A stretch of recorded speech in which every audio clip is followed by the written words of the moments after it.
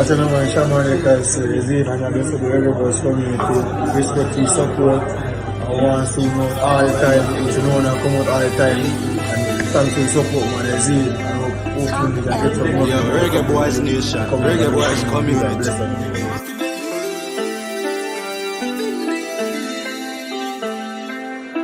World Cup 26, we are land. Teddy team strong. Tell them believe no man. Them a say we both see us so we can. Style and pattern. Tell them believe no man. Big up every reggae boys fan. Up on the wagon. Tell them believe no man. Believe no man. Believe no man. Believe no man. See fast, well fast like him skating a tool. Wait boys clock and plate in a goal. Hobby kick a shot next, shake it a roll. Chippy bust a chop skin, scrape it a sword. Inna the office or play upon the road. Inna we black, green and gold. Adidas sponsor suit. Nana boss list, key boy ankle soup. Take it to them fatally. World Cup 26 we a land. Teddy team strong. Tell them believe no man. Them a say we both see us so we can. Style and pattern. Tell them believe no man. Big up every reggae boys fan. Up on the wagon. Tell them believe no man. Believe no man. Believe no man. Believe no man. Yo, Ravel still the world lord. Whisper kick shot, this thing it burn hard. This is Devon, Jamaican International, and I send a special shout out to the Reggae Boys community. Thanks to all of the hard work that you've been doing. We're seeing it, we appreciate it, and everybody just come out and support. So we do our best.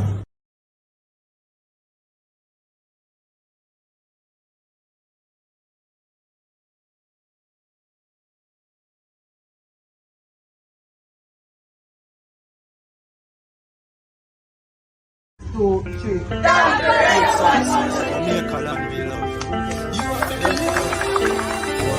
I tell them, Shaman, because it's in and I do for the reggae boys community.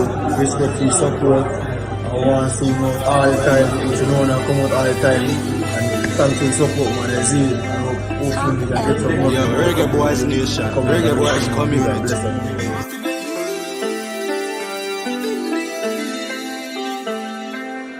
World Cup 26 we a land. Teddy team strong. Tell them believe no man. Them a say we both see us so we can. Style and pattern. Tell them believe no man.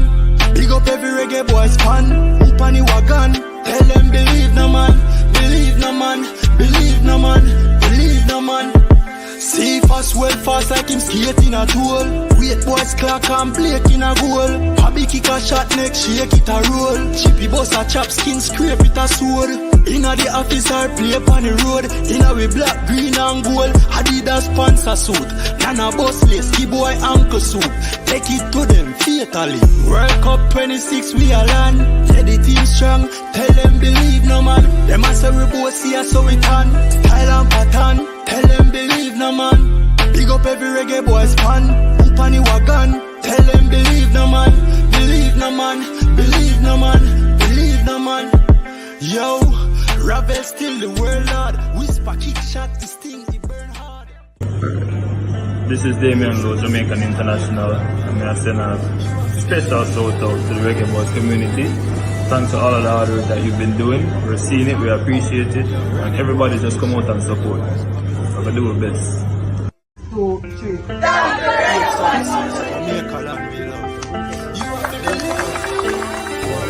I tell them, Shaman, because it's in and I do for the reggae boys community.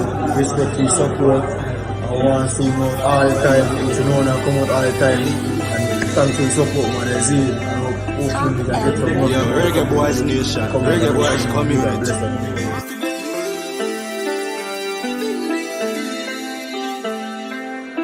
World Cup 26 we a land. Teddy team strong. Tell them believe no man. Them a say we both see us so we can. Style and pattern. Tell them believe no man. Big up every reggae boys fan. Up on the wagon. Tell them believe no man. Believe no man. Believe no man. Believe no man. See fast, well fast like him skating a tool. Wait boys clock and plate in a goal. Hobby kick a shot next, shake it a roll. Chippy bust a chop skin, scrape it a sword. Inna the office or play on the road. Inna we black, green and gold. Adidas sponsor suit. Nana boss list, key boy ankle soup. Take it to them fatally. World Cup 26 we a land. Yeah, the team strong. Tell them believe no man. Them a say we both see us so we can. Style and pattern. Tell them believe no man. Big up every reggae boy span. Hoop on the wagon. Tell them believe no man. Believe no man. Believe no man. Believe no man. Yo, Ravel still the world lord. Whisper kick shot, this thing it burn hard. This is Damien Lowe, Jamaican International, and I send a special shout out to the Reggae Boys community. Thanks to all of the hard work that you've been doing. We're seeing it, we appreciate it, and everybody just come out and support. So we do our best. 2, 3.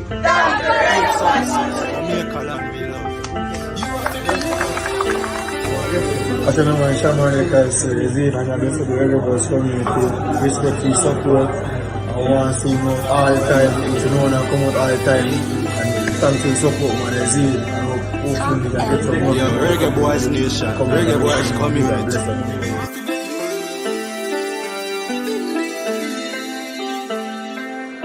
World Cup 26 we a land. Yeah, the team strong. Tell them believe no man. Them a say we both see us so we can. Style and pattern. Tell them believe no man. Big up every reggae boy span. Hoop on the wagon. Tell them believe no man. Believe no man. Believe no man. Believe no man. See fast, well fast like him skating a tool. Wait boys clock and Blake in a goal. Bobby kick a shot next, shake it a roll. Chippy boss a chop skin, scrape it a sword. Inna the office or play on the road. Inna we black, green and gold. Adidas sponsor suit. Nana boss list, key boy ankle soup. Take it to them fatally. World Cup 26 we a land. Yeah, the team strong. Tell them believe no man. Them a say we both see us so we can. Style and pattern. Tell them believe no man. Big up every reggae boy span. Hoop on the wagon. Tell them believe no man. Believe no man. Believe no man. Believe no man. Yo, Ravel still the world lord. Whisper kick shot, this thing it burn hard. This is Damien Lowe, Jamaican International, and I send a special shout out to the Reggae Boys community. Thanks to all of the hard work that you've been doing. We're seeing it, we appreciate it, and everybody just come out and support. So we do our best.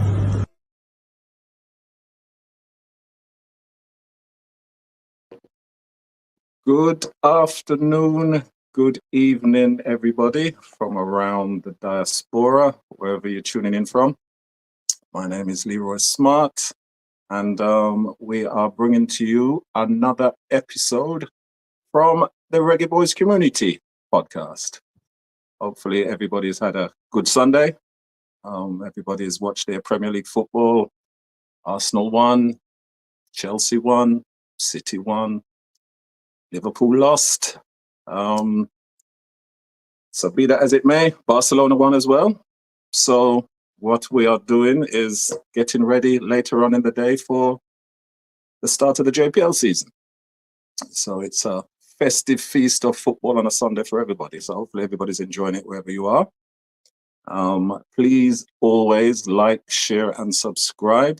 I know it is hard for everybody just to use one finger on their hand to just press the like button, but please like the video, subscribe as well, put on your notification. You don't have to watch every episode if you don't have the time, but at least show your appreciation by liking the stream. All right, as I said before, my name is Leroy Smart, and today hopefully we shall have a guest we are going to be interviewing today, a stalwart of the Jamaican schoolboy football scene, a man with at least 25 years behind him. So, and a man who doesn't really give a lot of interviews as well. So we're just waiting for him to pop up on the stream. In the background, the producers are getting things ready. And it will be Mr. Devon Anderson, who most of you guys should have heard of, especially those who have an interest in schoolboy football. Now, for the assistance for those who may not be familiar with Jamaican football as well, we're going to kind of go into it a little bit as if we are talking to newbies for today, because for those who may not be aware of it, schoolboy football in Jamaica is probably one of the leading football competitions if not the main one. Does it have more interest than the Jamaica Premier League? That's not for me to say. That's for others out there to say. But it holds equal prominence, I would say. Finals are held at the National Stadium of Sabina Park. That is a Manning Cup, and we have the DeCosta Cup for the rural teams as well. But over the years, it has been really a conduit, a conveyor belt of talent for Jamaican football, and long may it continue. There have been discussions about it should be restructured. That is not what we're going to discuss on the program today. And of course, I'm sure those discussions will be held elsewhere in the future or may have been held already. But really, the season has started. We're around 2 or 3 games in. And, you know, all the movers and shakers are flexing their muscles. Mono have won their first 2 games. Devon, who is at Hydel High, has won his first game. And the other teams are maneuvering themselves into position. So go on the website, Jamaica Schoolboy Football, Manning Cup, DeCosta Cup, and tune into your teams. For my sins, I went to Meadowbrook High School, and I played Coles football for Meadowbrook, but didn't really stick around long enough to play Manning Cup. But since I left, Meadowbrook won the Walker Cup, but we don't really have that much of a reputation in the Manning Cup. And that's one of the things I'd like to discuss today on the show as well. Really, the kind of movement of the powerhouses of Jamaican football over the last 30 years. You know, it's interesting to note that there are phases where the lesser heralded teams really give it a go before the normal powerhouses, the big 5, if we can say it, only come to the forefront. So we'll ask Mr. Anderson his opinion as well on that. What we want to do is run through his career, both at Hydel and at Holy Trinity, and also what he was doing before he turned up at Holy Trinity. Whether he had a playing career. A playing career does not necessitate a successful coaching career. You don't need to be a good player to be a coach. And you don't need to be a horse if you want to be a jockey, or vice versa. So it'd be interesting to find out his journey, which took him up to schoolboy football. And we'll go from there. So whilst we're waiting for him to come on board, let's just have a look at a couple of people who may be in the chat. Warren Henlon, yo, back to you, brother. Bless up wherever you are. Carlton Lovelace, nice to see you in the chat. Rhymy, I know you're always here. Caribbean Rivers and Seas. Okay, love the title of these people, man, you know. So glad that you've joined us, and hopefully you're joining us live, or you're joining us on a delayed watch later on in the day. I did spend the Sunday watching Arsenal play against Tottenham. Yes, I have a smile on my face. And it was a good win. Maybe not in the style we're accustomed to, but exactly the style I expected us to put out. Going away to a tough place. Compare it to Jamaica going to Honduras. Digging in, taking the fire out of the game, playing our way into the game, not conceding anything. And then in the second half, it always looked like one goal would settle it. And so it proved from a set piece. And Arsenal have proved over the last 2 seasons that they're quite dangerous at set pieces. And so it turned out to be. One goal did it. We stay in touch with City in anticipation of the big game next week. What's your take on the EPL games this weekend? Yes, as we're saying, just running through it. Liverpool, I was actually on the WhatsApp chat with a few friends of mine. I said yesterday, before our game, and these 2 particular friends of mine, one is Nigerian, one is Ghanaian background, and I spoke to them because they are avid Liverpool supporters, and I said that result surprised me because I thought Liverpool would be one of the 3 teams challenging this season. So that result was a surprise. They said, if you lose tomorrow, i.e. today, at Spurs, the title race is over. Now, the title race can't be over after 3 or 4 games, but I can see what they were saying.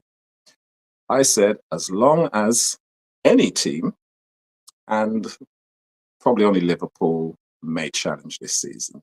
I don't see Chelsea. Sorry, Chelsea supporters. I don't see Man United. I don't see Tottenham.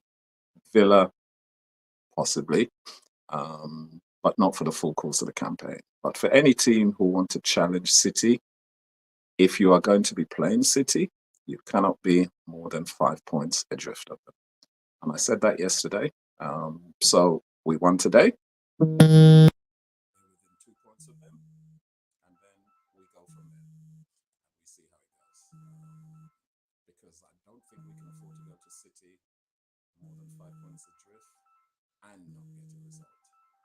So I think that is key, which we need to do for any team. That we cannot afford to be off the pace when it comes to playing Man City. We don't really need to say much about them. They won yesterday. They were a goal down, and then Haaland, as is his usual, won the game for them. I think I saw the stats that he has 9 of their 11 goals this season. A veritable goal scoring machine. I don't think no one can deny that. He's obviously performing admirably for them. And so I'm just going to make an adjustment here.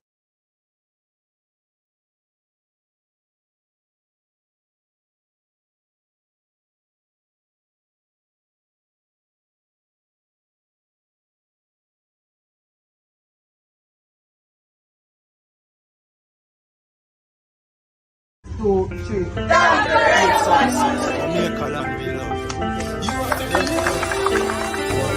As a man, Shaman, because Zane and the rest of the Rebels community respect his support. I want to see him out all the time. He's known and come out all the time. And thanks for the support, man. Zane, and hopefully we can get some more. Yeah, Reggae Boys Nation. Reggae Boys community.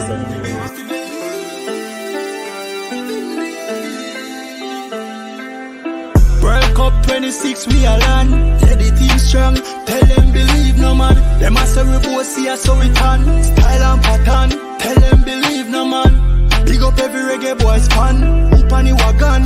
Tell them believe no man. Believe no man. Believe no man. Believe no man. See fast, well fast like him skating a tool. Wait boys clock and Blake in a goal. Bobby kick a shot next, shake it a roll. Chippy bust a chop skin, scrape it a sword. Inna the office or play upon the road. Inna we black, green and gold. Adidas sponsor suit. Nana boss lace, key boy ankle soup. Take it to them fatally. World Cup 26 we are land. Yeah, the team strong. Tell them believe no man. Them a say we both see us so we can. Style and pattern. Tell them believe no man. Big up every reggae boys fan. Up on the wagon. Hello again. Hello again, everybody. All right, I'm just getting a bit of feedback. Can everybody hear me okay? Yes? No? Yep. Okay. I'm getting a little bit of feedback. So let's just see if the guys in the background can sort that out for me.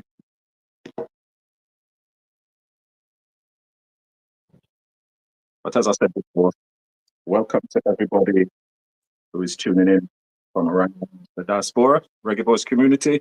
My name is Colin, otherwise known as Leroy Smart, for the purposes of this podcast. And what we're going to do today, we're going to interview someone who is a stalwart in the Jamaican schoolboy football scene. We'll just wait for him to log on, to get online, and hopefully he won't be having too many difficulties. This is a slight restart on the original screen in case those people who were on earlier on are just wondering what's going on. But hopefully everyone has had a great Sunday. As I said before, everyone has finished watching their Premier League football. I did see some people in the chat bigging up their teams. Respect to Arsenal, respect to Man United, respect to Chelsea, Man City, and commiserations to those people who are supporting Liverpool. I did say that I was talking to some friends of mine previously, and they told me that, or I said to them, any team who are going to be challenging Man City cannot be more than 5 points adrift of them by the time they play them. So we have managed to at least achieve that aim, and we will be going to the Emirates, the Etihad, sorry, 2 points adrift next week, and we shall see how we fare as an Arsenal supporter. Anybody who has anything to say about their clubs while we're waiting for Devon Anderson, coach of Hydel High, to come online? If you have any comments to make, then please let me hear them. Send them through, and we can comment. Yeah. Man United beat Southampton 3-0 yesterday. That was a result which shouldn't really surprise anyone. Southampton are one of the teams I've tipped for relegation, and I see nothing in their 3 games so far to change my mind. Chelsea, fortunate win. Well, fortunate, who knows? It was a tight game, and Bournemouth are always a difficult side to come up against, especially on their own ground. But they pulled out the results, and going forward with their ownership problems and issues, it's a good result for Chelsea, and they're heading up the league. So, it's good to have the big teams competitive, because certainly from my point of view as an Arsenal supporter, we want those teams to be in a position or strong enough to take points off Man City. We can't really allow them to run away with the league.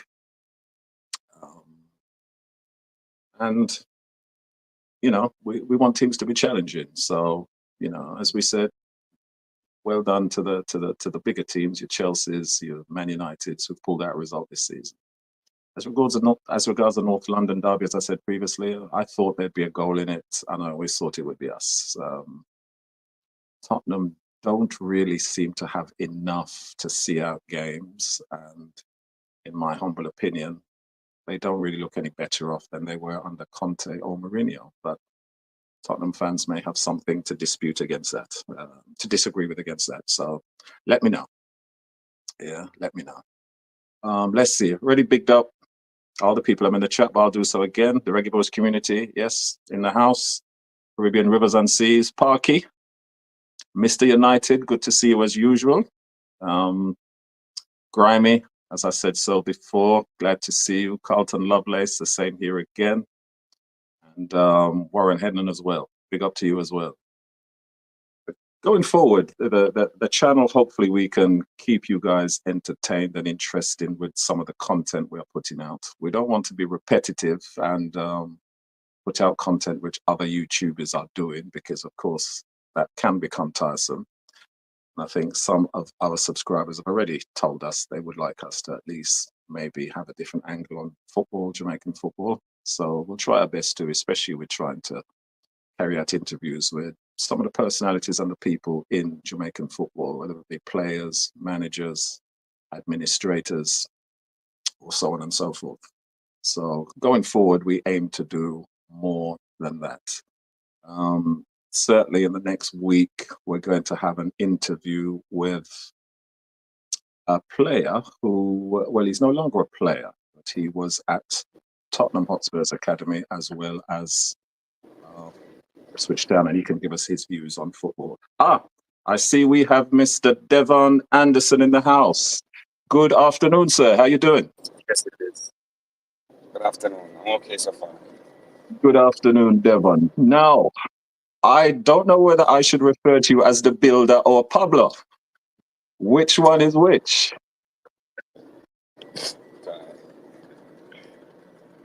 Well, anyone that make you comfortable. Anyone that make me comfortable. All right, then. Doing my background reading, I've seen the two terms used interchangeably. So, and I know we're kind of blessed to have you on the stream, because as I understand, you're a man who doesn't give a lot of interviews, if at all. So, well done to the guys them in the background who've managed to pull this one off. I'm speaking to you from the UK, but keep my eye. We just lost him for a little while. We wait for him to come back on. So as you see, we got a little glimpse of the mystery man known as Devon Anderson.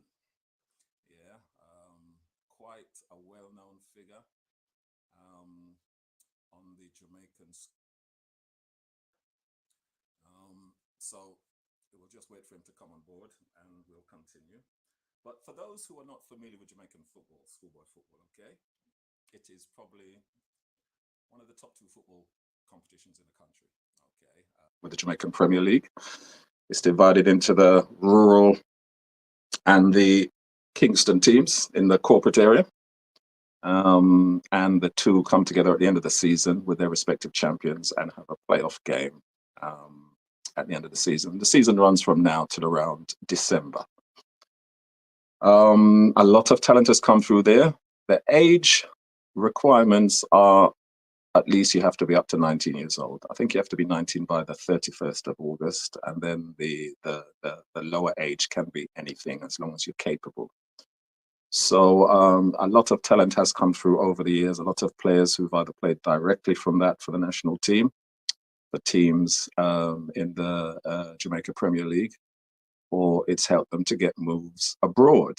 And in recent years, we've seen 1 or 2 talents come through. Last year, we did have, sorry, the year before, we had Dujan Whisper Richards, who ended up, through his performances in the Manning Cup, getting a move to Chelsea. And certainly last season, we had Kaheem Dixon, who through his performances for Clarendon and then appearances in the Jamaica Premier League has earned himself a move to Charlton Athletic. Unfortunately, Whisper's injured at the moment. So hopefully Dixon can get his feet under the table at Charlton, get adjusted to the life in London, the inclement, changeable weather, and hopefully carve out a place for himself, and we can hopefully see him in action sometime soon. I'm quite happy to visit Charlton once he gets his feet under the table so I can see his performances. I used to work over that side of London, and used to have quite a lot of tickets for those games, but that was when they were in the Premier League. I must admit, I've not seen them too much over the last couple of years, but quite happy to go and visit them, especially to see him in action. So as we can see, the schoolboy football scene is very important. Yes, we've had, yes, Miss Anderson, we got you back again. Okay, right. So I just kind of like to, I've been looking at your career and I can understand why you are known as the builder, because certainly looking at your achievements in the past 25 years, you do have a reputation for building and developing players and sides, and very impressively, I might add. Now, as I understand it, you've been involved in schoolboy football for over 25 years. Would you say that's correct?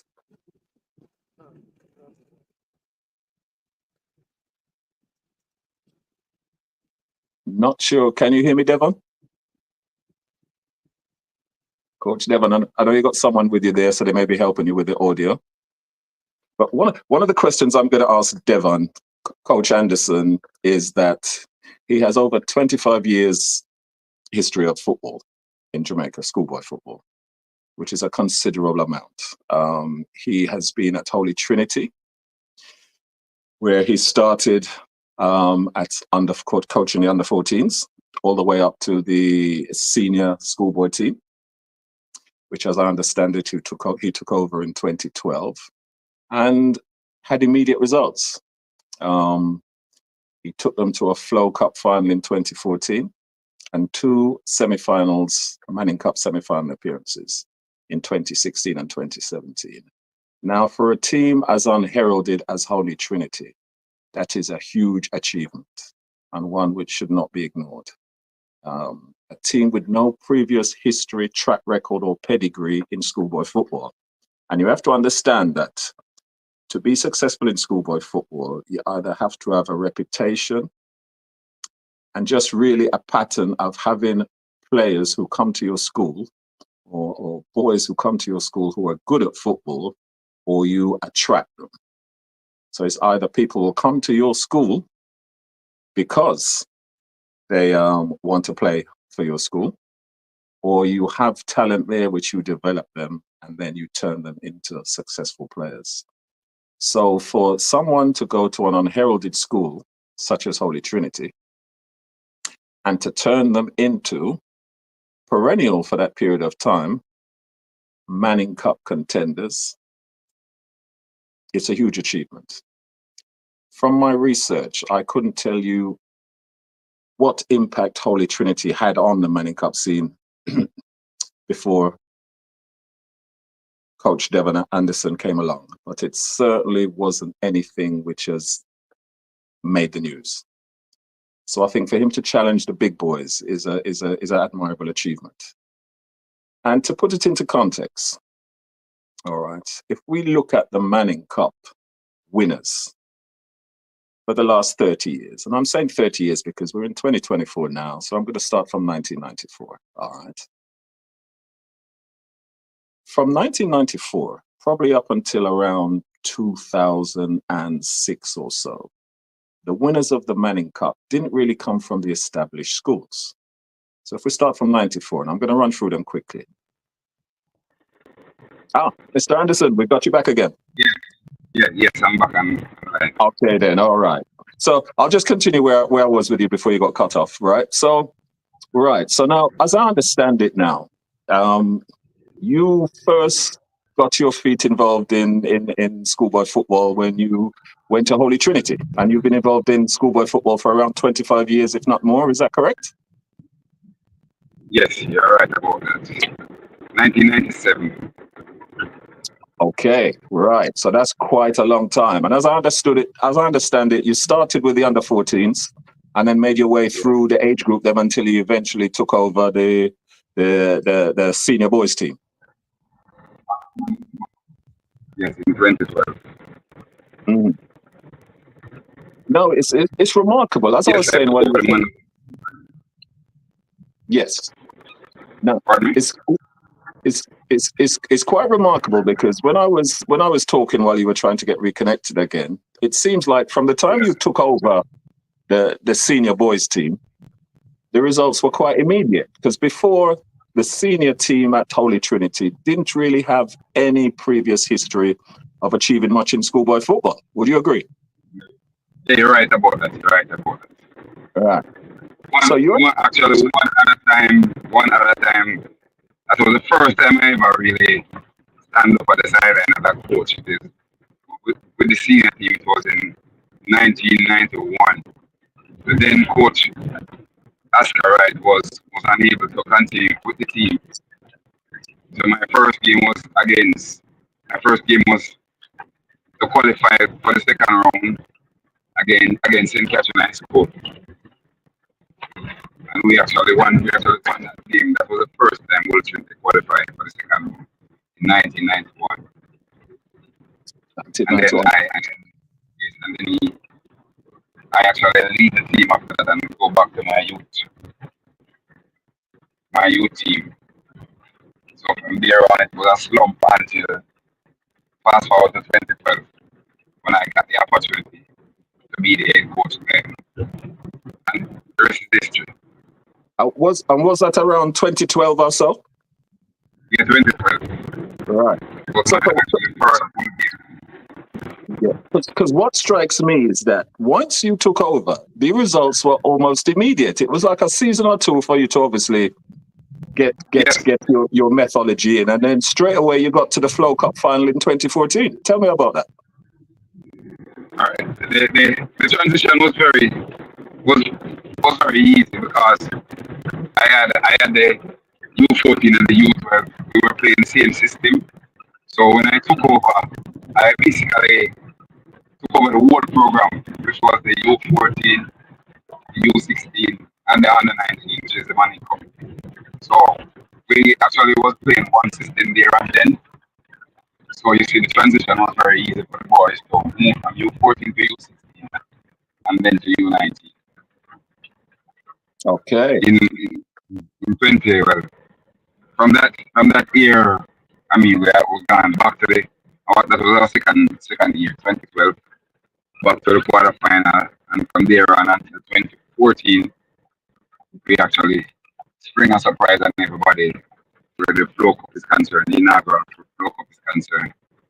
I mean, we rattle a bit of top feathers in order to get to that final, and it was very amazing.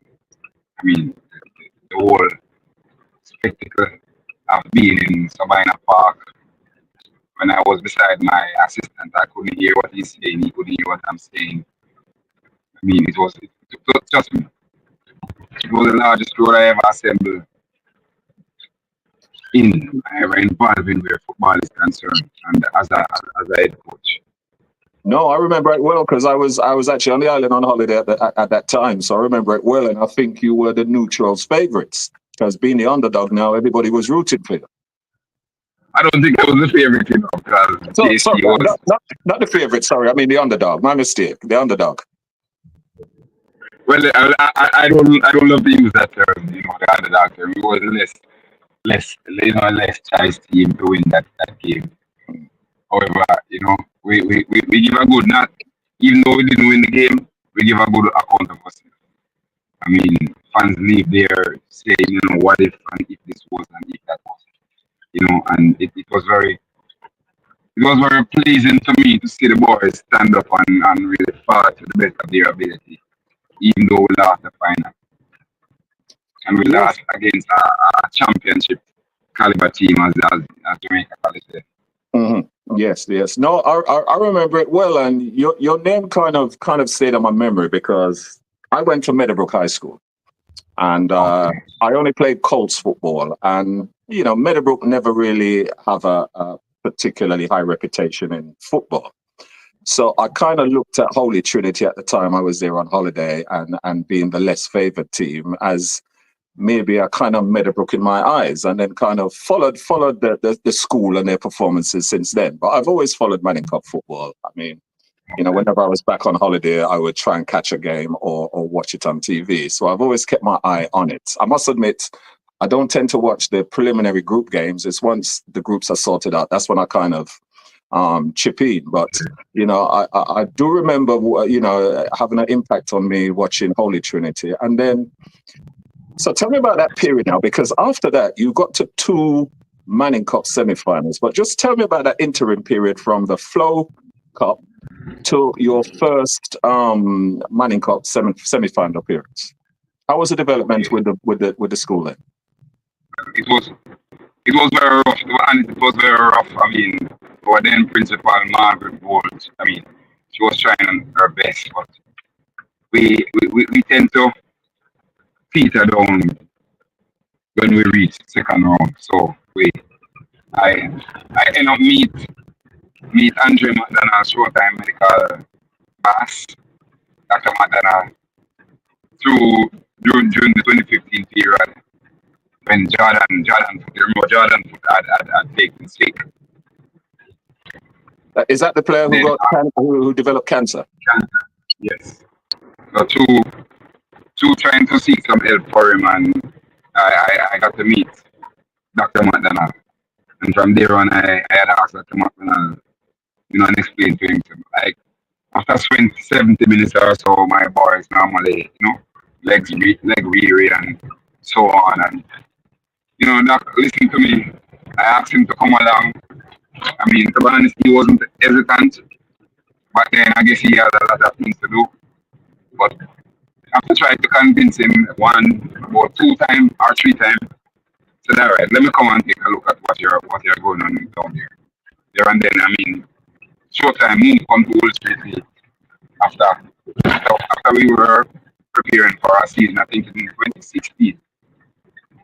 Showtime there and Dr. McDonald run test, and basically all the Manning Cup, Pepsi and a lot of Colts youth run and realize that most of the kids them are who is not anemic, low blood count, and thereon gave us basically a supplement or what supplement in order for we were supposed to get in order for us to actually be competitive during the 90 minutes or more. And from there on, the food and nutrition part chip in where one Leighton Walters is an expert overseas, came in, and through the principal, I met that person, and he also come on board where the food and nutrition part is concerned. And from there on, Old Trinity began to grow. Fast forward to 2016, we actually reached our first Manning Cup semi-final. So there was a definite period of kind of development and methodology for the next 2 seasons before you came, and then obviously you got to your first semi-final in 2016. Yes. How did that season go for you? It was the semi-final was basically a baptism, like welcome to the big league. I mean, the thorn in our flesh back then was Jamaica College. Yes. Anytime we meet, well, the thorn was in most teams' flesh, because that was JC tenure for ruling where Money Cup is concerned. And unfortunately, we end up buck up JC again there. I mean, they fix us up properly, give us a handful in the National Stadium. Send us back down to 5-0. Handful. Yeah, 5-0.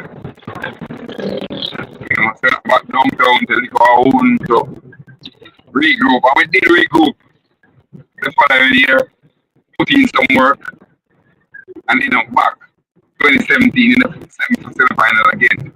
So me too. That was an extra time defeat. That was an extra time defeat, wasn't it? No, that wasn't the 2017 one. Was an extra time defeat. Yeah, that's the one I'm referring to. The next time you say you button them up again. Yes. I mean, we should have we get a glorious opportunity to put away the game in stoppage time, in full time. We didn't. We actually scored first in extra time. I mean, out of experience, the boys were celebrating like, oh, we win, take the lead in extra time. It was the first half, we lost 3-2. And it's just, you probably call it the Real Madrid factor, where it's just experience and history, where they probably managed to get a foothold in the game and eke out a result. Yes, most definitely. To be honest, we had the better run of play in that semi-final. They were on their back heel. And that team was a brilliant team back then with Tyreek McGee, Norman Campbell, and a few other top players in that squad. Yeah, no doubt. They had a very talented team there. Probably one of the most talented I've seen at that period of time. So suffice it to say, I mean, you're probably tired for CJC, because obviously your 3 successes, the 3 games, the Flow Cup final and the 2 Manning Cup semi-finals, it was JC you met at all 3 occasions, which is kind of unlucky as well if you look back on it in retrospect. I've gotten beaten. Like, let me see. I played JC 6 while I was at Old Trinity. I played JC seven times. Our first Walker Cup, here goes JC waiting for us again. We got knocked out. We have to draw with them once out of that 7 time and last 6 during my time at Old Trinity. So just going back to those 2 semi-final defeats against JC, how many of the players were actually there for those two seasons, or was it a big turnover between that year, 2016 to 2017? It was a transition. I mean, we have gotten back probably 4 or 5 players, and to be honest, I mean, we were actually beaten by one of our players. I mean, put it this way, each time JC flag us, you have at least 2 or so Old Trinity guys in the JC squad. Each year we got beaten by JC. It was always a Old Trinity guy. First it was Brown, then it was Rochester. So yeah, I understand. I can see what you're saying. So would you say now, because obviously from 2017 now up until when you left Holy Trinity, the success was not as great. But would you say that being at Holy Trinity, you always had to fight against your players being poached by the bigger schools? Most definitely. Every year we have a plan. Every year we plan to lose about 3 or 4 players. One year one year the top country team come and take 4. I mean, that was the 2014. After we end up defeat them, they were the first team we defeat in the inaugural Super Cup. The following year, 2015, 4 of our players end up in the Dan Parish. Mm. You know, and from there on, we have lost a number of players to the top school every year. Every year, we're more like a feeding tree for talent. Yeah. And unfortunately, those are the disadvantages of not being one of the major school board teams. I mean, tell me something then, in your opinion, Coach Devon, because I was looking at the teams who have won the Manning Cup over the last 30 years, and it's easy to start from 1994, since we're now in 2024, but from 94 to 2006, and I'm just going to quickly run on the name them: Woolmans, Charlie Smith, Norman Manley, Dunoon, Tivoli, Norman Manley, Bridgeport, Norman Manley, Excelsior, Calabar, Bridgeport. Why was it that these lesser heralded schools were able to win the Manning Cup, and then from 2007 onwards, it's back to the normal big 3, big 4? What happened between 94 and maybe 2006, where, and yourselves in that patch, even though you didn't win it, you were still a contender? What brought the prominence of these lesser schools to success in the Manning Cup? Because it's a bit harder to do it now, in your opinion. I think that they were unable to hold on to the talent that they have, and in order the support that the schools have gotten back then, I guess probably before, it tends to dwindle. I mean, if we're unable to hold on to our players, I mean, when the big guys came in and half a arm and a leg, and we can only half our finger, I mean, the parents just gonna say, listen, I can get an arm and a leg over there, the finger won't work. Mm. So more or less, they move on. I mean, So- I find where players come and said, boy, coach, no, I'm going about, boy, my mother said, boy, she can't get this and she can't get that. And hey, we're in no position to match what was offered So, to the so, kids. Then.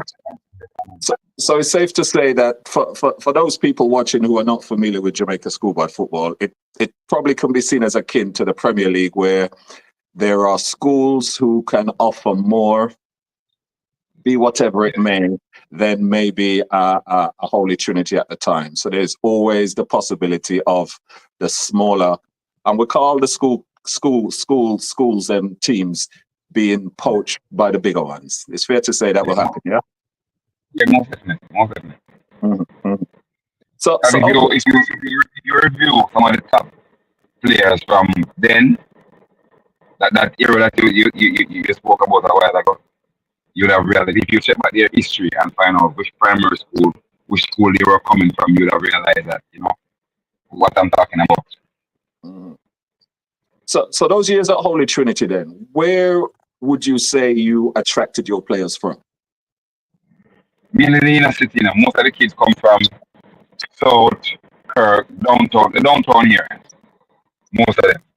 Arnett Garden, Tivoli, Waterhouse, Jungle, you know, Rockfort, South, you know, the inner city, mainly the inner city kids them. Mm. Mainly inner city. I never really have anybody, much kids come from above Crossroads. All right. So okay then. So tell me about the years of Lean now. So from 2017 or so up until when you left Holy Trinity, and that would have been around 2022. No, well, during the Corona period, there wasn't any football. Yeah, So because after of COVID. yeah, 2020, yeah, I leave basically 2021. I mean, there wasn't any football 2021. 2022, you know, I went to Hydel. Mm. So what? How would you describe that period then? Those kind of quiet years. How do you look back on that? It was a very, I mean, the quiet years during COVID was a very, I mean, So a very downside where football is concerned in our country overall. But for me, I get the opportunity to travel a lot, to learn a lot during that time. So for me, it was more of a self-development period to prepare for the aftermath of the pandemic. Mhm. Which leads us nicely onto Hydel then. So you came to Hydel in 2022, summer 2022, and once again, I mean, your reputation belies you. Once again, the results were almost immediate. You didn't Maybe take I'm it long. lucky. Go on. Maybe I'm lucky. Maybe you're lucky, but I don't think so. I think you obviously, you know, I don't expect you to be flattering yourself, so I'll do it for you. Okay. But the results have been almost immediate. Now, Hydel is another school who, whilst the athletic side of the school cannot be questioned, the footballing side is a bit patchy. Yes, we know that they got to the Manning Cup final in 2012. And we know that, you know, they've been little bits and pieces of success, but another school with no real track record of footballing success. And within 2 2s, you turn up at the club and you've turned it around. A Manning Cup final last season. What is it which you have been doing with lesser means than the big five? What's your All secret? right, all right. I'm a hard-nosed coach. I mean, to break that down, I put in the work. I love to win. I love to win. And if it take me to 24 hours straight to be on the ball, to be out there, I'm gonna do it because I love to win. And I'm a person who very dedicated. If I said I want this to be done and this way, I want it to be done this way, and I'm not gonna stop. And the boys, my kids, them, who I actually coach, who I actually involved with, Trinity, the academy, and the idea, they know exactly that. Listen, this man is a disciplinarian, and when him said this for do, and this he mean for do this way. And I try as a coach, I try to learn a lot. I am very humble. I try to, as I said before, I don't really take much interviews. Yes, I, so I I was told that. I was told that. So I'm fortunate. I'm a humble person, willing to learn. Always, always, always listening to even the spectators. Always listening. I mean, take this some piece of from here, there, and everywhere. Always try to get more knowledge. Always try to keep current, keep update with the different style of play, the different systems. Football evolve. Always trying to move with it. And my secret is just hard work and dedication, and I have. So would you say? No, sorry. Go on. Go on. Okay, at Hydel, I have a taskmaster. He loves to win also. I mean, Ryan Foster is the person who basically responsible for the football team. And whatsoever resource we need, I mean, we try very hard enough to put that in place. I mean, I always said, hungry soldier can't fight war. So give me some football and food to feed the kids, and give me a few weeks, and I can get your unit up and running and very competitive. So would you say that you're getting the support you need both behind the scenes and on pitch at Hydel? Because the results certainly indicate that. I wouldn't say that, but I'm working towards that. I am getting support, but not what I need. But I'm working towards that. It can be better, but the burden now is on one person's shoulder, which I don't think it should be. But we are working towards getting what we need in order to get what we want.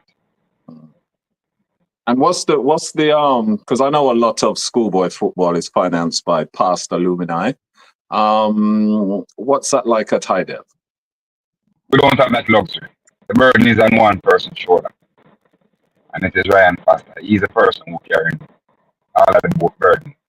At the moment, the school is transitioning into from private to a government-owned school, and you know, where high school is concerned, like you just said it a while ago, it doesn't fund by the school.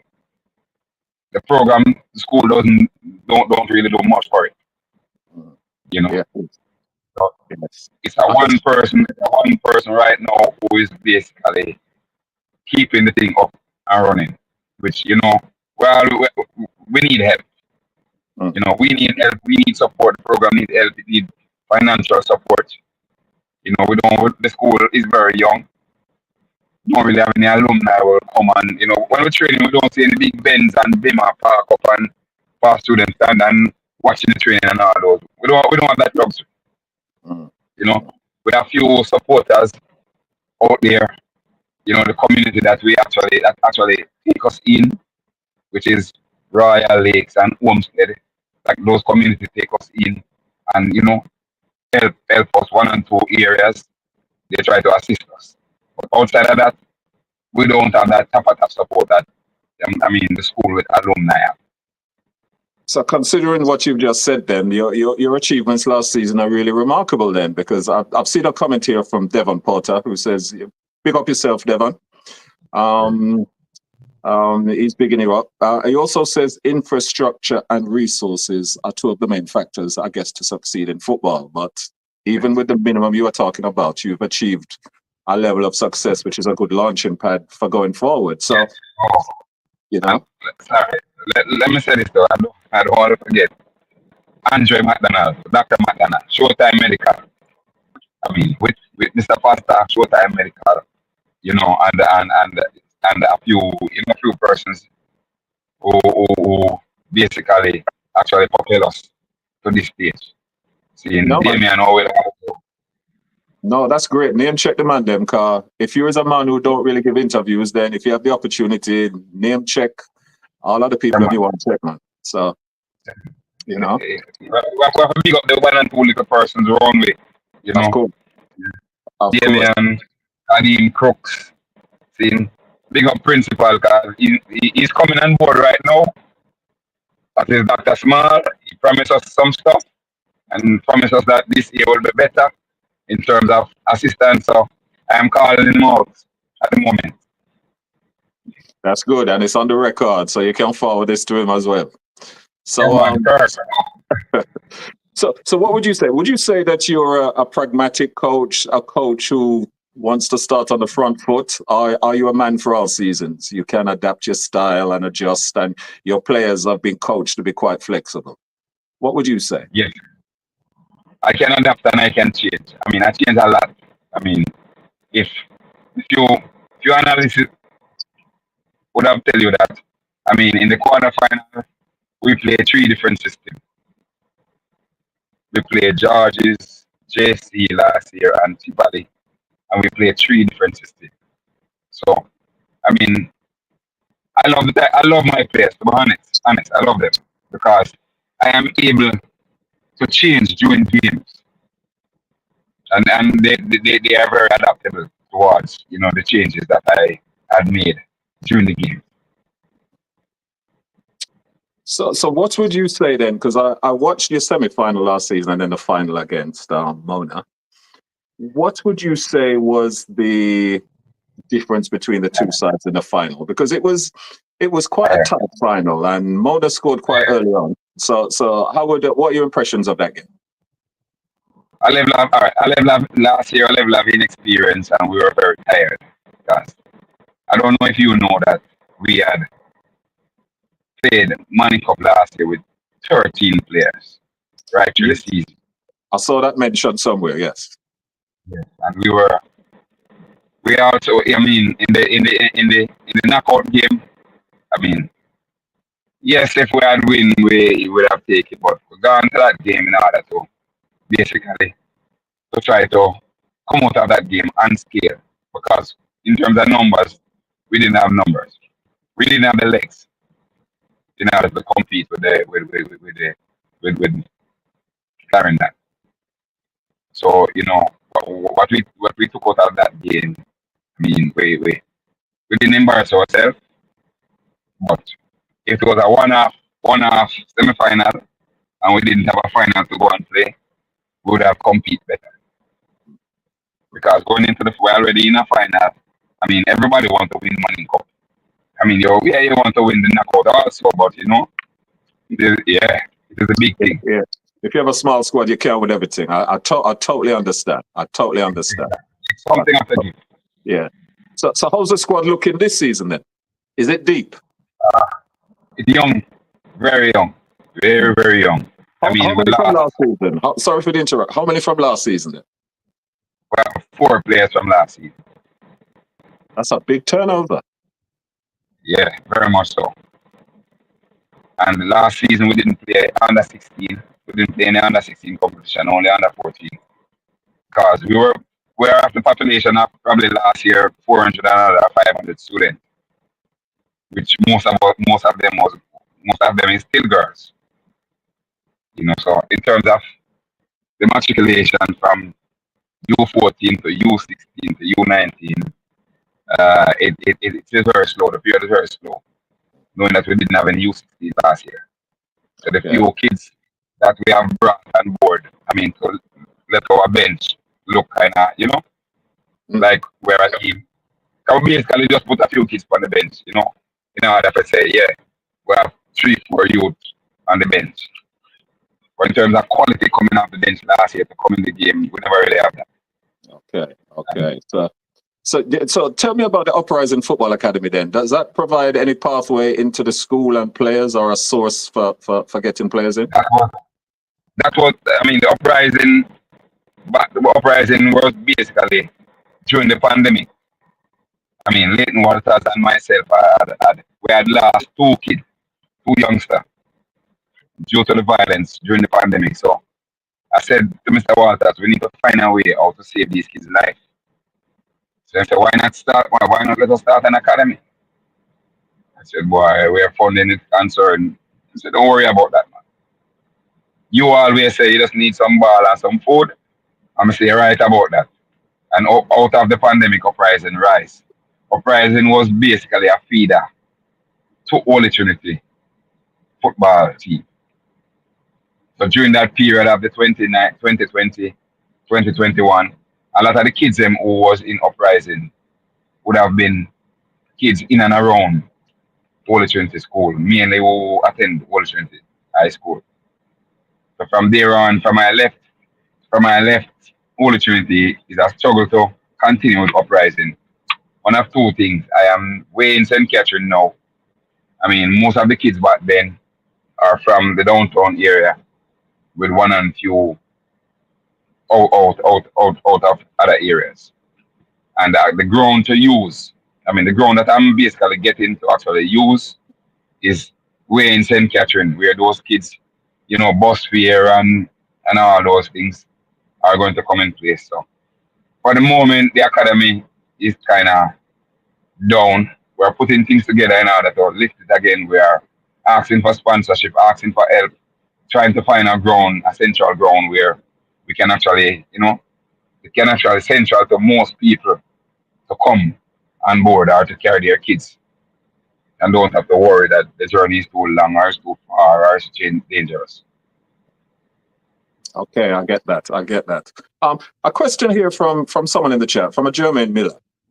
He says, what are your observations, opinions on the level of schoolboy football in Jamaica at the moment? I mean, I am also a part of it, but I mean, I have to select my words very carefully. Of course, I totally understand. It could be better. I think the organizers are working towards, getting where they want to. I mean, the league has dropped somehow the schools, the competitive nature of Manning Cup. I mean, lack of finance, I think.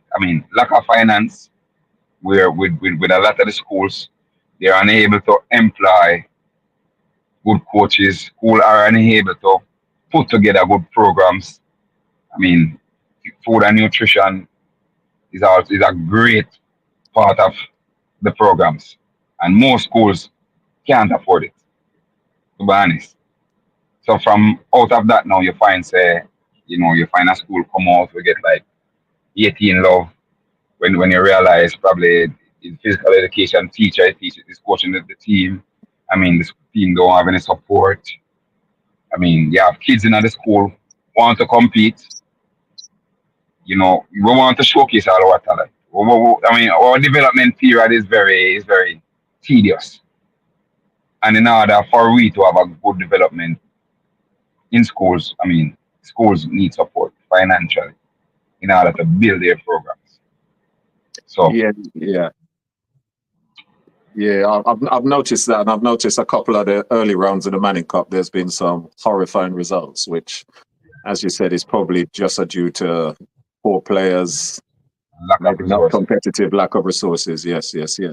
So just going back slightly, then, how did you first get into coaching? Did you play at any particular level? I said before, when you got disconnected and you were coming on, I was saying you don't need to be a player to be a good coach. As we've discovered in years gone by, a lot of successful coaches never really had a stellar footballing career. But what was your journey from the time you was a youth coming up to when you first started coaching, and what motivated you? Yeah, I used to play a little bit of Sid Barkley. Ned Farrai, who was a Santos man back then as a youth. I mean, I used to be probably coached by Ned Farrai back then. I mean, never good as some of those guys who actually played in the team, but I was there in and around. I mean, the team, the Santos team from a youth stage.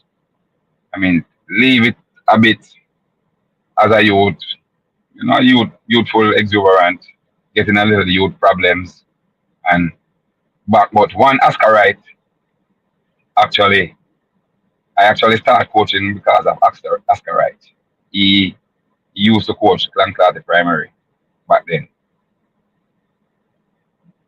And I think it was in 1990, in the 90s, in the late 90s. I mean, we used to have some good team. Even this goalkeeper coach, Andrew Sowell, came through the ranks, and I was assisting Oscar Clancarty Primary and a few other kids back then. So Oscar had introduced me basically to coaching.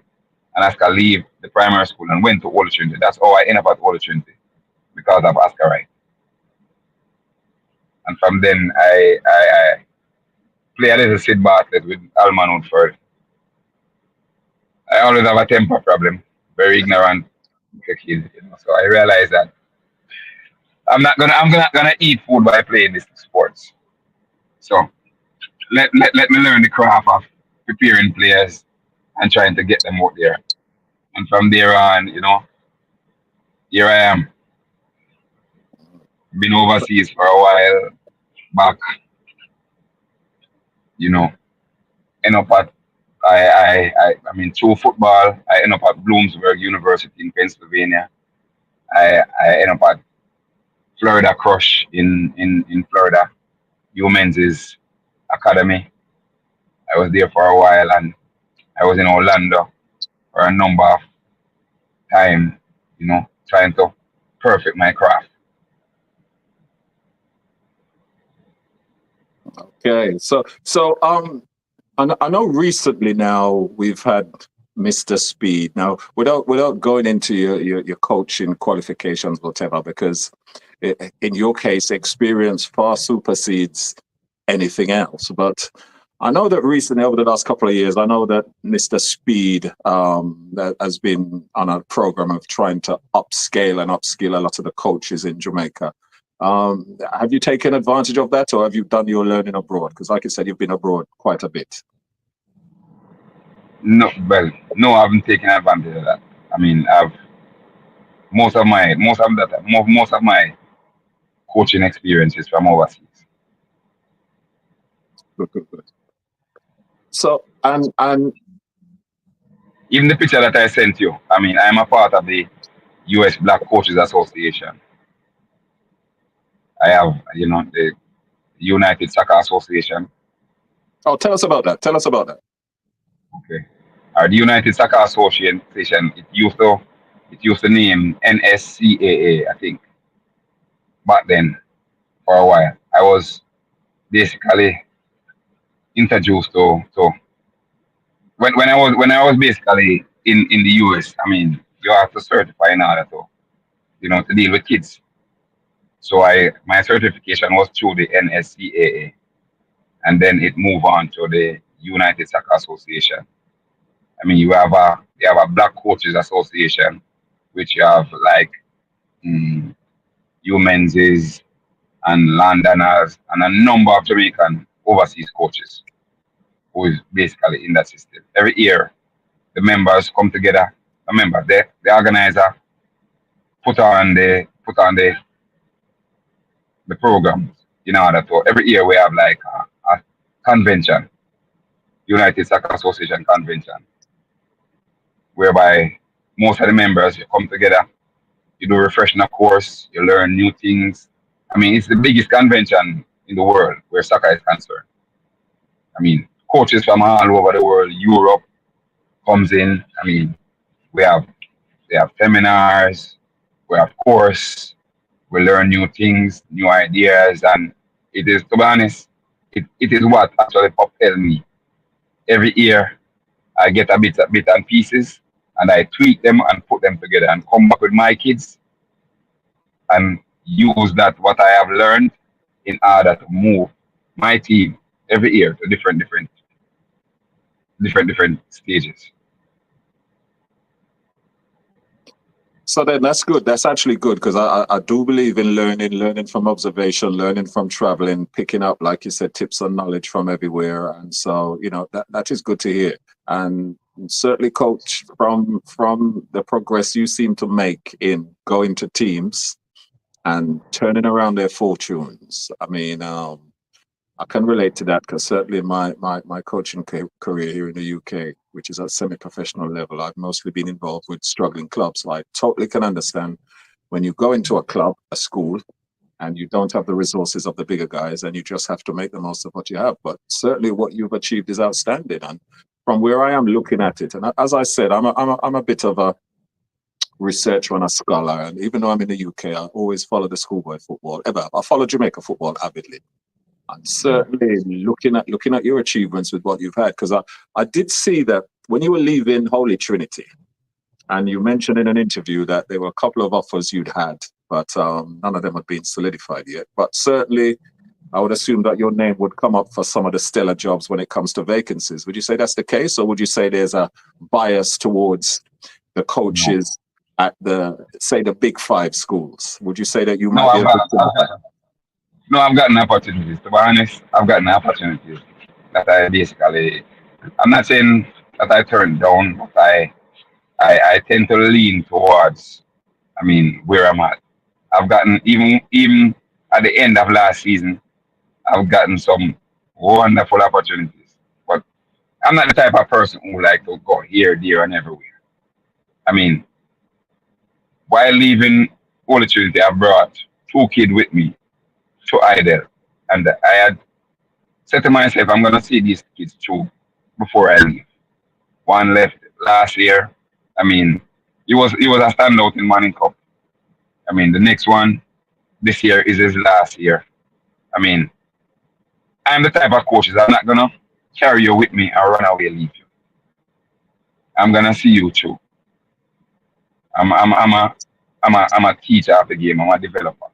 I'm not afraid of challenge, so to speak. I love challenge. Challenge motivate. At the beginning of last season, pre-season, I said to the boys, we're going to the final. And some of them laugh. And I prepare them to go to that final. And it could have been more, but hey, it is what it is. I mean, so at least I have set my mark high, and I drop a little bit below it, but I can live with it and come again. Fair enough. So, as a coach, I never back away from a challenge. I mean, I thrive on that. Tell me that you're gonna beat my team. Tell me that my team is no good. You're not gonna hear me say anything to you. But my my boys, he's gonna use the ball and talk for me. I must admit, in interviews I've seen you in, you always seem very confident with either the result before the game when you interviewed or after the game, and you do exhibit a level of confidence in your team. And you always, I do remember you being interviewed in the semi-finals last year, and you said that once the game was at Sabina Park, you were always confident that you would win. Is there some kind of link you have with Sabina Park or something, which we don't know about? Yeah. Or is it just a omen you have for that place?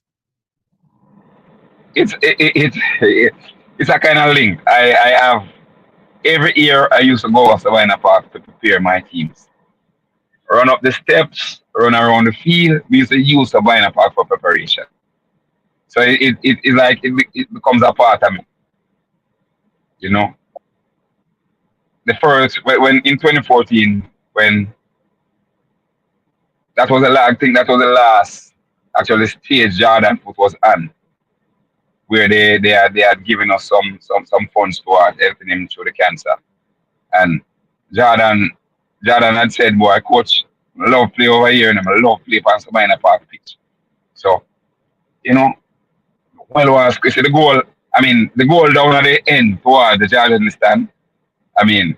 Jordan said, coach, that goal they're gonna make a win, We're scoring another goal down. So it never happened. We won that game that we play over there, but it never happened in the final. But I always have that in my head.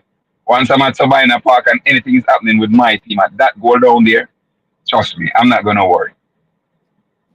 Okay, it's that kind of home bias, a home advantage, I guess, in your head, which makes you confident, which is it's a mental thing. Yeah. So a couple more questions for you. So in your 25 years of coaching, 2 questions for you in one. Who would you say is probably the most standout schoolboy footballer you've seen? And also maybe one of the most talented, which has come through your hands, which you've coached and may have played for Holy Trinity or Mona. Are you able to say that? Jordan Foot. The late Jordan Foot. He's one of them. He's one of them. I have a number of them, but I rather just to say Jordan because he's not here. Because I know if I call another name, but I have a number of them. But Jordan memory will always live with me because I traveled the journey with him until he passed. Yes, sorry to interrupt you, Chloe. I did read that you were by his bedside quite a lot up until he passed. Yeah. So rest in peace, Jordan. Okay, then I know you don't want to upset the teams you've coached. So what would you say about schoolboy football in Jamaica then? Some of the talents you've seen in opposition against you. Yeah, man. Tyrick, Maggie, Yeah, Maggie, wow, me. I know Maggie from Maggie was at Clancarty Primary. Through Santos, because I'm also a Santos old boy. But Maggie wow me back then, as a youngster, come up. And a number of them, I would have to call a lot of names. But that kid was very special from primary school or probably even from kindergarten. So just touching upon that then, because I've been in a couple of debates where we've discussed McGee, and I don't want to draw you into anything contentious, but would you see, I'm trying to term this correctly now without upsetting various people, would you say that we still have to see the best of him because he's still young enough? Because certainly for me, when I visited Jamaica in the early 2000s or the mid, and I saw him, for me, he was the most talented footballer I saw come out of the island to date, which I've seen. So would you say that we still have the best to see of him? But we need to put him on the platform. To see the best from. You have talent. Talent is very good, but the enhancement of talent. Put him on the platform. He has grown. I guess he has grown over the years, but with him outside of our systems or our national team, I mean, we can only probably watch him where he is. I mean, put him with the big boys that we have now and see how best him acquit himself. Fair enough. Fair enough. And how do you view the current state of the Jamaica national football at the moment? You think we're on the, as they say, green shoots of recovery after numerous managerial changes over the last 3 or 4 years? Would you say we're in a better place now than before? We're in a roller coaster period. I mean, let us give it some time now to see how it materializes. You know, I am not the type of person who quickly shoot down things. I mean, everything is a process. So it is in the transition period at the moment. So let us see. I mean, it is looking up. I mean, let us observe some more. Fair enough. Fair enough. All right. One question, because obviously you're a man who don't give a lot of interviews, so we'll try to find out as much about you as possible now. Which team outside of Jamaica you support? I'm a Gunner. You're an Arsenal supporter. I'm a Gunner. Yes, I am. All right. So you have a plus from me on that one then. So so that's good. That's good. And just to give people an idea, how many hours a week, now that the season has started, but let's say pre-season and now, how many hours a week would you say you spend with the football? All right. I'm just gonna more than what I spend with my family. That's always the case with football, to be fair. If you're going to be even halfway successful, that's probably a prerequisite. You're absolutely right. It is not a 3-hour job. It is a 24-hour a day job. Yeah. No. I could understand that. Of course, I speak. I am on the job. You're on the job. I can show you the jersey. So everything you're training. You got training. No, I am just running some errands. I mean, for a player. Okay. Well, no. Listen. Go on. I mean, in coaching, you're a daddy, you're a uncle, you're a mommy, you're everything. Especially when you coach the type of kids that I have coached over the years. I mean, I was a night. You're at home, you hear your phone ring. I mean, who want a doctor? Who want this? Who want that? I mean, you know, and out of that comes the level of confidence that you can instill in the boys, know that somebody have their back. So it's when them go on the field for you, I mean, they are going to play for you. Yeah. Because they know that you have their back. Yeah. No, that's cool. If your players are loyal to you and you give that loyalty back, man, then all you can ask for is that they give 100%. So well, the loyalty part, I don't really know much about that with players. But in terms of you standing up for them, they will stand up for you for periods, you know? Yeah.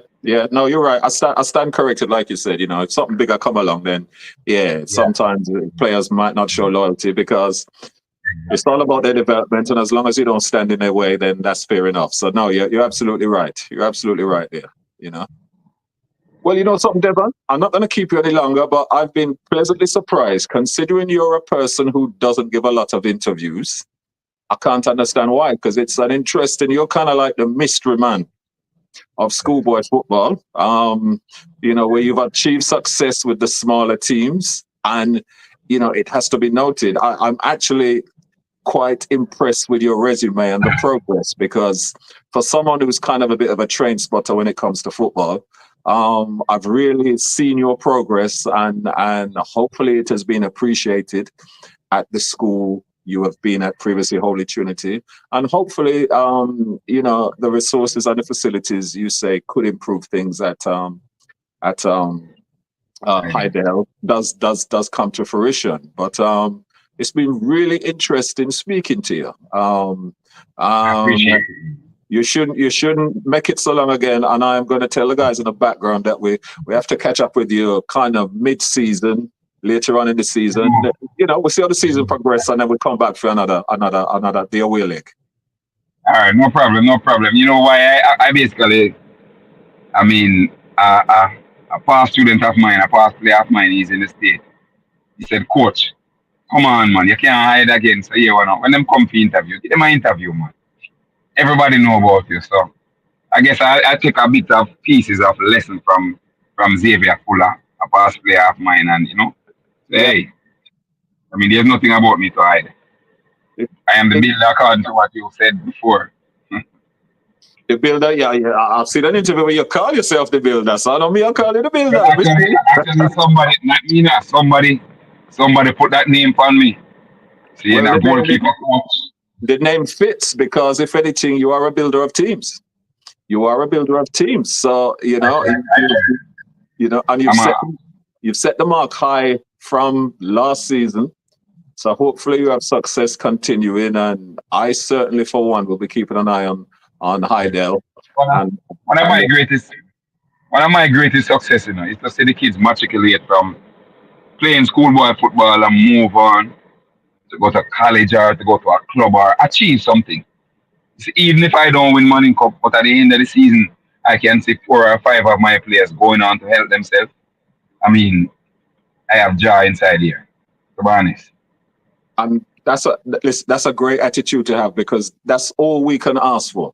To see a kid come through the school system, develop through football, get confidence, express himself, and maybe leave with the teachings you and the school have provided him. And it not necessarily with football as well. It could be just speaking, being interviewed, standing up for yourself, communicating.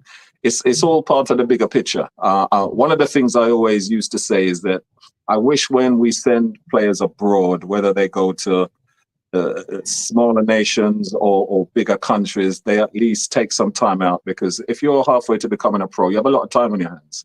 It would be great if it's embedded in them to at least try and get a football in European or whatever qualification, where if they come back and they have to start again, they have something behind them, and then it's increasing the knowledge. So, but that's something for people to consider. But certainly from what you've said and your beliefs, and certainly what I've read about you, I must say I thoroughly enjoyed the interview, and we really, in Reggae Boys community, appreciate the time you have spent with us. And I appreciate love it. I appreciate love it too, man. I'm a student of the game and will always be, Excellent. Always. So I appreciate love the interview. I mean, I haven't talked so long for a while. Never, to be honest. So today a lucky day. All right, then. Well, I'll continue ride the luck. So good luck for the rest of the season, and stay healthy and stay wealthy. Okay. All right. Okay. Have a good one. All right then. Blessed. Right, people. That was Devon Anderson, who, in my opinion, is a coach who was worth interviewing.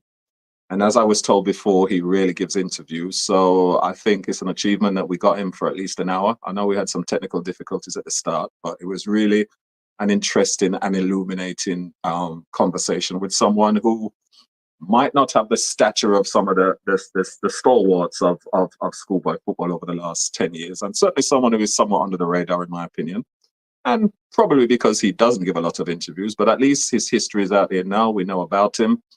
And we can look forward to seeing more of him this season with Hydel. So just going back to a few comments here. So thanks everybody for tuning in. I see someone here. Conrad is going. I think they're going to the Tivoli game. Is that what you're saying? Going to a Tivoli game. Conrad, you used to go to Clancarthy. Yes, he did name check that. He did mention Clancarthy. One of the things I forgot to ask him, which I saw in the chat, was about his backroom style. So hopefully somebody can pick up that at some stage. So what level coaching license did you have? Issa, we didn't ask him that, but I'm always a bit sensitive about putting people on blast and directly asking them for their coaching qualification as if they need to have one. Now, depending on the level you want to go up to, if it's a prerequisite, then yes. But certainly in his case, after 25 years of coaching, and as he said, he hasn't taken advantage of the coaching courses laid on by, I hear Mr. Speed talk about from time to time, but certainly his record speaks for itself. I mean, for him to go in at Hydel and within 2-2s and get to Money Cup final, the evidence is there. So let me just see if there's any more changes there. Not too much. So it was a nice show today. hopefully everybody's appreciated the time Mr. Anderson has given us. Certainly an illuminating and informative and a good talker as well. So you guys enjoy the rest of your Sunday. If you're going to any JPL games, I will be watching any which might be screened on YouTube. But if you're out and about watching games, enjoy, support, cheer, discuss, and as we always say on this channel, like, share, and subscribe. Signing out. Take care, everybody.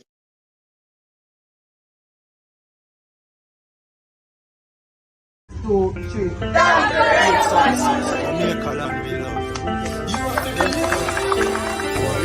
As you know, man, Shaman Records is in and I do for the Reggae Boys community. Respect to support. I want to know all the time. You know, I come out all the time. And thanks for the support, man. It's in. And hopefully we can get some more. Reggae Boys Nation. Reggae Boys community.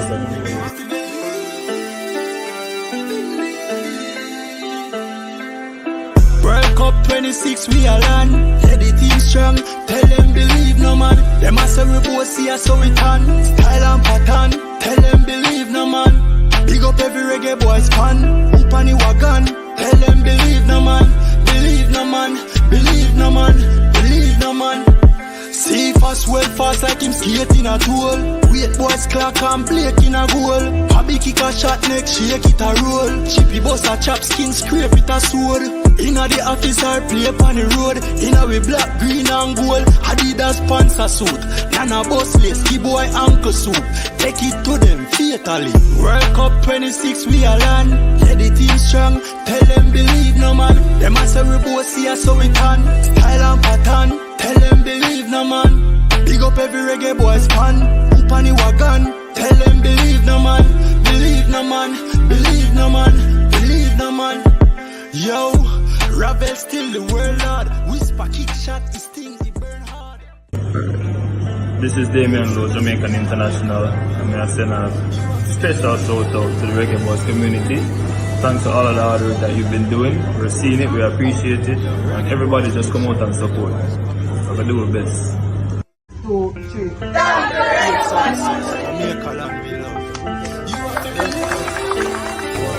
As you know, man, Shaman Records is in and I do for the Reggae Boys community.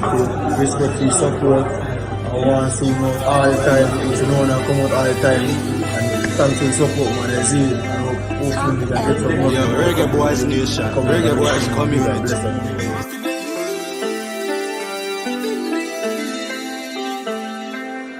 World Cup 26 we are land.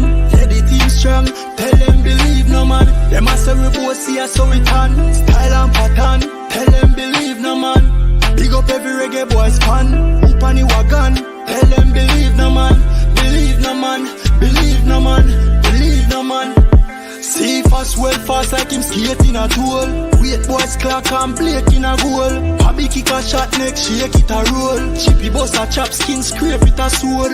Inna the office or play upon the road. Inna we black, green and gold. Adidas sponsor suit. Nana bustless, key boy ankle soup.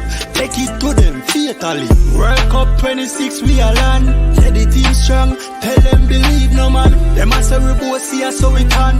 Style and pattern. Tell them believe no man. Big up every reggae boys fan. Up on the wagon. Tell them believe no man. Believe no man. Believe no man. Believe no man. Yo, Ravel still the world lord. Whisper kick shot, his thing he burn hard. This is Damien Lowe, Jamaican.